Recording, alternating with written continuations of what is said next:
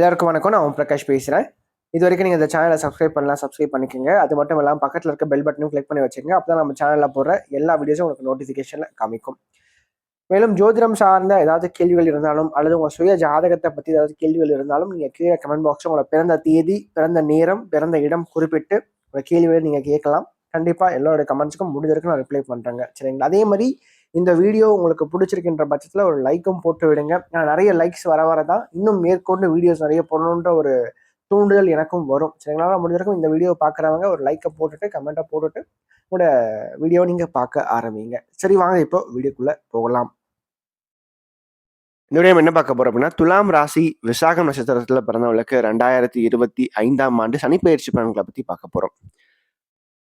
சனி ராசிக்கு 5ஆம் இடத்துல இருந்து 6ஆம் இடத்துல மறைகிறார் இந்த காலகட்டங்களை பொறுத்த வரைக்கும். சரிங்களா? ராசிக்கு 5ஆம் இடத்துக்கு ராகு வரார். பொதுவா இந்த சனி பயிற்சியினுடைய தாக்கமானது உங்களோட வாழ்க்கையில அடுத்த ஆண்டு தான் வெளிப்படும் அப்படின்னு சொல்லலாம். சரிங்களா? எடுத்தடுப்புல இப்ப பார்த்தீங்கன்னா சித்திரை நட்சத்திரக்காரங்க, அதற்கடுத்து சுவாதி நட்சத்திரக்காரங்களுக்கு மட்டுமே என்னுடைய பாதிப்புகள், தாக்கங்கள் அப்படின்றது இருக்கும், சனியுடைய தாக்கங்கள். சரிங்களா? ஆனா உங்களுக்கு பார்த்தீங்கன்னா பெரிதளவுக்கு தாக்கங்கள் பெருசா இருக்காது. அது நான் சொல்லிடுறேன். அதே மாதிரி குருவினுடைய ஆதிக்கங்கள் சிறப்பா இருக்கு, ராகுவினுடைய ஆதிக்கங்கள் சிறப்பா இருக்கு. சரிங்களா? இந்த குரு ராகு இரண்டுமே பார்த்தீங்கன்னா ஒரு சிறப்பான ஒரு தன்மையில ராசியை குரு பகவான் பார்க்கறதுனால நிச்சயமா மன ரீதியாகவும் சரிங்க, உடல் ரீதியாகவும் சரிங்க, உங்களுக்கு இருந்த தொந்தரவுகள் கண்டிப்பாக விலகும்.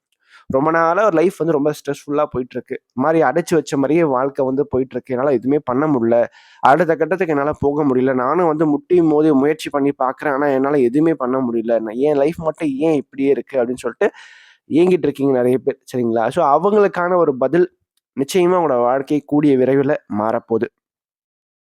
பழைய நிலைமைக்கு நீங்களும் சந்தோஷமா மகிழ்ச்சியா வருவீங்க. சரிங்களா? உங்களோட வாழ்க்கையில இதனால் வரைக்கும் இருந்து வந்த பிரச்சனைகள் குறையும், மகிழ்ச்சியா இருப்பீங்க, சந்தோஷமா இருப்பீங்க, எடுத்த காரியத்துல ஜெயிச்சு காமிப்பீங்க, சொன்ன சொல்ல தவற மாட்டீங்க. சரிங்களா? ஒரு விஷயத்த பண்ணி தரேன்னா அதை எப்படியாச்சும் பண்ணி கொடுத்துருவீங்க. சரிங்களா? அதே மாதிரி கரெக்டா உங்களோட வேலையை நீங்க கரெக்டா செஞ்சு முடிச்சிருவீங்க. சரிங்களா? ஸோ அந்த அளவுக்கு ஒரு பெர்ஃபெக்ஷன் அப்படின்றது இந்த காலகட்டங்களில் சற்று அதிகமா உங்ககிட்ட வெளிப்படும் அப்படின்னு சொல்லலாம். சரிங்களா? ரெண்டாவது, லாபஸ்தானத்துல கேது இருக்கிறதுனால அது இன்னும் ஒரு படி மேல வம்பு வழக்கு, கோர்ட்டு கேஸ் சார்ந்த விஷயங்கள்ல வெற்றியை கொடுக்கும். ஏதாச்சும் வழக்குகள் ஏதாச்சும் உங்க மேல தொடுத்திருக்காங்க, போயிட்டு இருக்கு, கோர்ட்ல ரொம்ப நாளா கேஸ் போயிட்டே இருக்கு அப்படின்றவங்களுக்கு இந்த ஒரு 1.5 வருஷ காலத்துல கண்டிப்பா அந்த வழக்கு வெற்றியை கொடுக்கும், முடிஞ்சிடும். சரிங்களா? உங்களுக்கு ஃபேவராகவே முடியும் அந்த விஷயங்கள். அது மட்டும் இல்லாம லாபஸ்தானத்துல கேது இருக்கனால வருமானம் நல்லா இருக்குங்க. பல வழியில பணம் கைக்கு சேரும். நல்ல ஒரு வருமானம், நல்ல ஒரு ஏற்றம், நல்ல ஒரு லாபங்கள் உறுதியா கிடைக்கும். பட் என்னன்னா, சனி ராசிக்கு 12ஆம் இடத்தை பார்க்கிறார். 12ஆம் இடத்தை சனி பகவான் பார்க்கறதுனால விரயங்கள், செலவுகள் சார்ந்த விஷயங்கள் உறுதியா இருக்கும். சரிங்களா? அதனால அதை மட்டும் கொஞ்சம் நீங்க பார்த்துக்கிறது உங்களை பொறுத்த வரைக்கும் சிறப்பு. அதே மாதிரி 2026 2வது பகுதி ஜூன் மாசத்துக்கு பிறகு ராசிக்கு 10ஆம் இடத்துல குரு உச்சம் பெற்று 6ஆம் இடத்துல ஒரு சனியை பார்ப்பார். பொதுவா 6ஆம் இடத்துல சனி இருக்கிறதுக்கும் 6ஆம் இடத்துல குரு பார்வையில சனி இருக்கிறதுக்கும் வித்தியாசங்கள் இருக்கு.